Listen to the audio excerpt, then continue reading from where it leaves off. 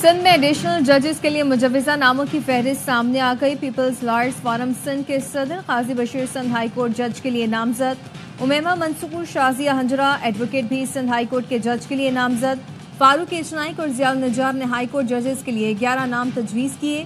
Sindh high court ججز کے لیے حتمی فیصلہ سپریم جوڈیشل کمیشن کرے گا، جس کا اجلاس 21 دسمبر کو ہوگا.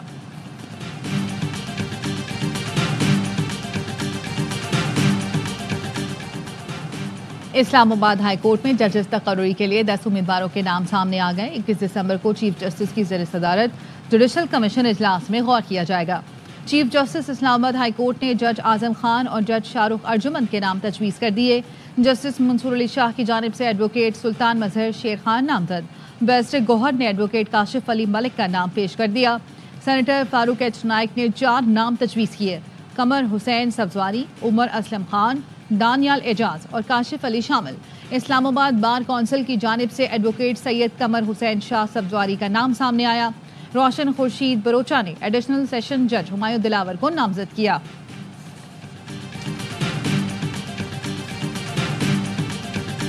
ہم اللہ تعالیٰ کا شکر ادا کرتے ہیں کہ آپ سب جو شام میں موجود تھے، شام کی جو نئی صورتحال پیدا ہوئی تو اسی وقت وزیر اعظم نے این ڈی اے میں اس نے فوری طور پہ جہاز کا بندوبست کیا اور ہمیں خوشی ہے کہ آپ بحفاظت وطن واپس آئیں.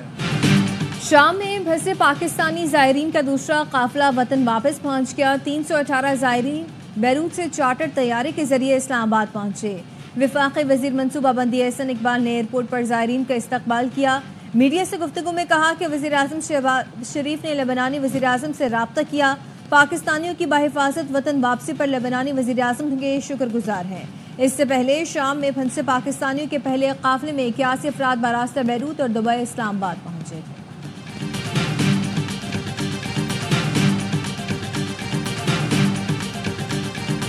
کراچی اب دوبارہ ڈیولپمنٹ فیز میں ہے کیونکہ روڈز نئے بن رہے ہیں. خدائی کیا ابھی ڈیبری جو ہے اٹھانے کے لیے آپ کو ڈمپر چاہیے، مٹیریل کو لانے کے لیے بھی آپ کو ڈمپر. مثال کے ملیر ایکسپریس وے بن رہا ہے، اس کے لیے ہمیں ایگزیمپشن دینی پڑتی ہے ڈمپرس کو. 57% فیٹلٹیز موٹر سائیکل کو ہوتی ہیں. باقی چیزوں کے علاوہ ڈمپر ڈرائیور کی ریش، نیگلیجنٹ ڈرائیونگ، جس پہ ہم بہت زیادہ سختی کے ساتھ آ رہے ہیں. کراچی میں ٹریفک حادثات میں اضافے کی وجہ تعمیراتی کام ہے. کراچی پولیس چیف جاوید عالم اوڈھو کی ARY سے گفتگو. کہاں سڑکیں بن رہی ہیں جس کی وجہ سے ڈمپرز کو رعایت دینی پڑتی ہے. ٹریفک حادثات میں 57% موٹر سائیکل سواروں کی اموات ہوتی ہیں. زیادہ تر حادثات ڈمپر ڈرائیور کی کوتاہی کی وجہ سے ہوتے ہیں.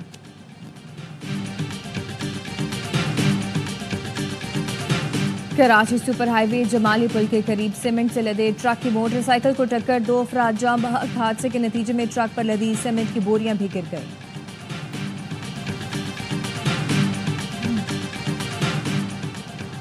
پیپلز پارٹی ارکان کا قومی اسمبلی سے وزراء کی عدم حاضری پر احتجاج. شازیہ مری نے معاملہ اٹھایا. کہا حکومتی وزراء ایوان سے بھاگے ہوئے ہیں. وزراء ایوان میں آ کر سوالوں کے جواب دیں. حکومت اس معاملے کو سنجیدہ نہیں لے رہی.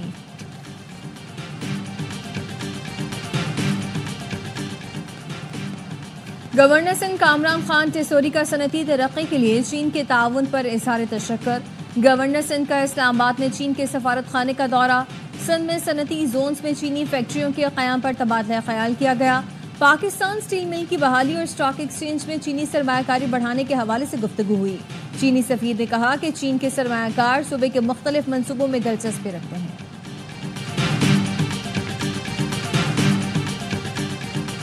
وزیر اعلیٰ پنجاب مریم نواز کا شنگھائی میں ہواوے ٹیکنالوجیز کا دورہ. ہواوے کے تعاون سے لاہور کو پاکستان کی پہلی جدید ترین اسمارٹ سٹی بنانے کا فیصلہ. مریم نواز کی ہواوے گورنمنٹ افیئرز کے صدر سے ملاقات. لاہور کو ماڈرن ڈیجیٹل سٹی بنانے کے لیے مختلف تجاویز اور سفارشات پر گفتگو. مریم نواز نے کہا ٹیلی کمیونیکیشن اور الیکٹرانک اور ڈیجیٹلائزیشن کے امور میں مستفید ہونا چاہتے ہیں. پنجاب کے نوجوانوں کو ڈیجیٹل ٹیکنالوجیز کے جدت سے متعارف کروانا چاہتے ہیں.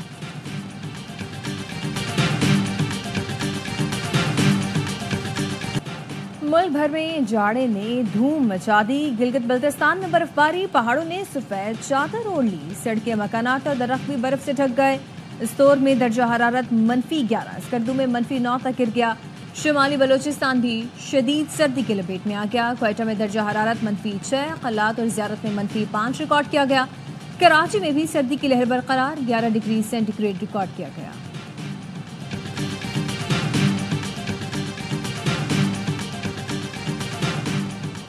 سابق ایس پی نیر الحق سمیت دیگر کے خلاف زیر حراست ملزم کی ہلاکت کا کیس، سیشن عدالت نے فریقین میں صلح نامہ منظور کر لیا. تمام ملزمان کو بری کرنے کا حکم، مقتول کے 2 بیٹوں کی جانب سے صلح کے حلف نامے جمع کرائے گئے. وزراء کا کہنا ہے ملزمان کے ساتھ عدالت کے باہر ہمارے معاملات طے پا گئے، بغیر کسی دباؤ کے ملزمان کے ساتھ صلح کر لی ہے.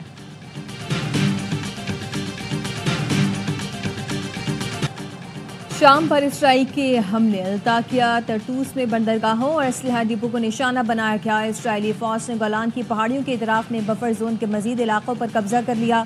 اسرائیلی فوج نے شام پر بمباری کی نئی فوٹیج بھی جاری کر دی ہے.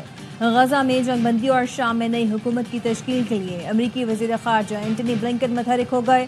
اردن کے شاہ عبداللہ اور ترک صدر رجب طیب ایردوان سے الگ الگ ملاقات کی. ترکی نے 12 سال بعد دمشق میں اپنا سفیر مقرر کر دیا.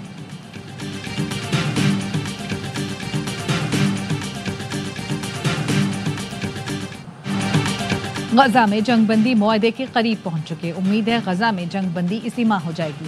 مشیر امریکی قومی سلامتی جیک سلوان کہتے ہیں اسرائیل اور حماس جنگ بندی معاہدے پر آمادہ نظر آتے ہیں. لبنان میں جنگ بندی کے بعد حماس کا موقف تبدیل کیا گیا. غزہ پر اسرائیلی بمباری کا سلسلہ رک نہ سکا.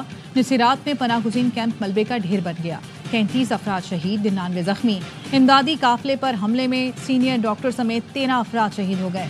24 گھنٹے میں 71 فلسطینی شہید ہوئے.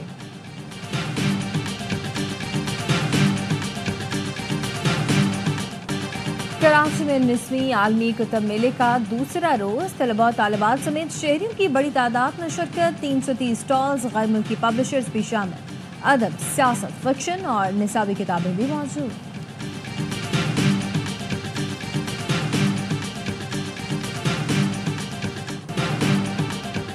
Aqib Javed red ball team کے عبوری ہیڈ کوچ مقرر. پی سی بی نے red ball head coach Jason گلیٹسی کا استعفیٰ منظور کر لیا. عاقب جاوید کی پہلی اسائنمنٹ جنوبی افریقہ کے خلاف ٹیسٹ سیریز ہوگی. پہلا ٹیسٹ 26 سے 30 دسمبر تک سینچورین میں کھیلا جائے گا.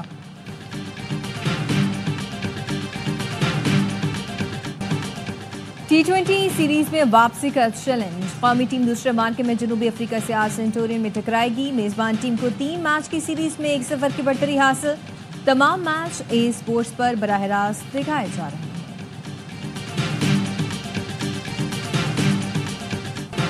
HBL PSL سیزن 10 کے لیے غیر ملکی کھلاڑیوں کی رجسٹریشن کا عمل شروع ہو گیا. میگا ایونٹ کا پلیئر ڈرافٹ 11 جنوری کو ہوگا. کیٹیگریز کی تجدید کا اعلان 17 دسمبر کو کیا جائے گا. پاکستان کا سب سے بڑا کرکٹ میلہ 8 اپریل سے 19 مئی تک پاکستان کے مختلف میدانوں میں سجے گا.